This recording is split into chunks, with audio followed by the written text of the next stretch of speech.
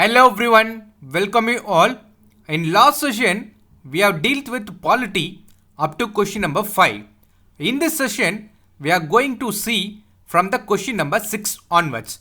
Let us begin with the question number 6. Which of the following are the functions of a constitution? Statement number 1. To provide a set of basic rules that allow for minimal coordination amongst members of a society. Statement number 2. To specify who has the power to make decisions in a society. Statement number 3. To set some limits on what a government can impose on its citizen. Here one has to note down that we have to identify the correct statement. See, that is very important before solving any question. You have to see whether we have to identify the correct statement or incorrect statement. See, the constitution has provided three functions. The first one is the function of a constitution is to provide a set of basic rules that allow for minimal coordination among members of a society. Therefore, this statement is right. What about statement number 2? See, the second function of a constitution is to specify who has the power to make decisions in a society, and also it decides how government will be constituted. Therefore, this statement is also right. And what about statement number 3? See, the third function of a constitution is to set some limits on what a government can impose on its citizen. Therefore, this statement is also right. Here we have to identify the correct statement. Answer for the question is D, 1, 2 and 3. The sources for this question is NCERT 11th standard. So kindly go through the 11th standard book. Very important, Indian Constitution at work. Let us move on with the question number 7. Consider the following statement regarding fundamental rights. Statement number 1. Fundamental rights are protected and enforced by ordinary law. Statement number 2. The word fundamental suggests that these rights are so important that the constitution has separately listed them and made special provisions for their protection. Here also note down that we have to identify the correct statement. Let us analyze the statements. See, the constitution listed the rights that would be specifically protected, which means specially protected, and call them fundamental rights. The word fundamental suggests that these rights are so important that the constitution has separately listed them and made special provisions for their protection. Therefore, statement number 2 is right. What about statement number 1? See, one has to note down that these fundamental rights are different from the ordinary law. That is, when ordinary legal rights are protected and enforced by the ordinary law, whereas these fundamental rights are protected and guaranteed by the constitution. So kindly remember, so it is protected and provided by the constitution itself. And also note on that the ordinary laws may be changed by the legislature by ordinary process of lawmaking itself, whereas these fundamental rights may be only changed by amending the constitution itself. So kindly remember, see, to change the fundamental rights, one has to amend the constitution itself. That is very important.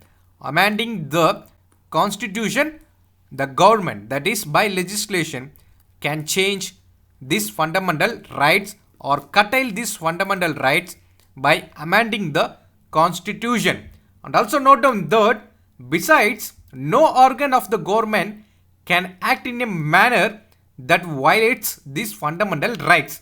And also note down that judiciary has the power and responsibility to protect the fundamental rights from violation by any of the government. And also note down that the government can put reasonable restrictions on the exercise of our fundamental rights. With this, I am moving to question number 8. Right to education is a part of right against exploitation, right to equality, right to freedom, right to constitutional remedies. See, this right to freedom is present, that is Article 21A, which means it obviously present in right to freedom. Therefore, the answer would be C, right to freedom. See, this right to freedom covers the article 19 to 22. So, what are the articles covers under right to freedom?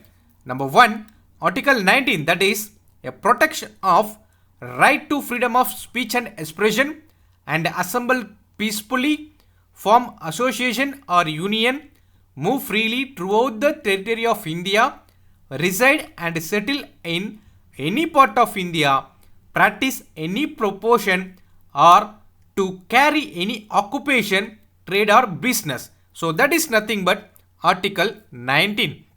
What about Article 20? See, protection in respect of conviction for offences. So that is nothing but Article 20. And what about Article 21? So that is very important. You all know about this article, that is right to life and personal liberty. And whereas this Article 21A, the right to education. Therefore, the answer would be C, right to freedom. And also note down that the Article 22, that is the protection against arrest and detention in certain cases. And what about Article 23 and 24? This one, right against exploitation. See, this comes under Article 23 and 24. That is prohibition of traffic in human beings and forced labor, and also prohibition of employment of children in hazardous job. So that is, therefore the answer would be C, right to freedom. See, this right to equality comes under Article 14, and also right to constitutional remedies, it covers under the Article 32. With this, I am moving to next question, question number 9. Consider the following statement regarding democracy. Statement number 1. A direct democracy is one where the citizen directly participate in the day-to-day decision making and in the running of the government. Statement number 2. Many consider Gram Sabhas to be the closest example of direct democracy. See, here we have to identify the correct statement. So that is very important. See, a direct democracy is one where the citizen directly participate in day-to-day activities, that is decision making and also in the running of the government. Therefore, this statement is right. What about statement number 2? And also note down that in the ancient city states, that is in Greece, were considered as the example of direct democracy. In last class also we have discussed about this direct democracy, and also note down that many would consider local governments, especially Gram Sabhas, to be the closest example of direct democracy. Therefore, this statement number 2 is also right. Answer for this question is C, both 1 and 2. Let us move on with the question number 10. Consider the following statement regarding bicameral legislature. Statement number 1. The bicameral legislature make it possible to have every decision reconsidered. Statement number 2. Countries with a large size and much diversity usually prefer to have two houses of the national legislature to give representation to all the sections in the society. Here we have to identify the correct statement, that is very important. Yes, a countries like large size and much diversity usually prefers to have two houses. Therefore, this statement is right. See, the bicameral legislature makes it possible to have every decision reconsidered. Yes, this statement is also right. The answer would be C, both 1 and 2 only. Let us discuss few facts related to this question. See, when there are two houses of the legislature, which means bicameral legislature, that is the two houses of the Indian Parliament, that is the Rajya Sabha and Lok Sabha. You all know about this Rajya Sabha and Lok Sabha. See, the constitution has given the state that the opinion of establishing either the unicameral, that is one house, or bicameral, which means both Rajya Sabha and Lok Sabha. And also note on that the bicameral legislature has the advantages, which means a bicameral legislature make it possible to have every decision reconsidered. And also note down that every decision taken by one houses goes to other houses for its decision. And also note down that this means every bill and policy would be discussed twice. So kindly remember those points. And also note down that it ensures a double check on every matter. And also note down, if one houses take a decision in haste, then the decision will come for discussion in the other house. And also there is a possibility for reconsideration. With this, I am concluding this session. Thank you all. Have a good day.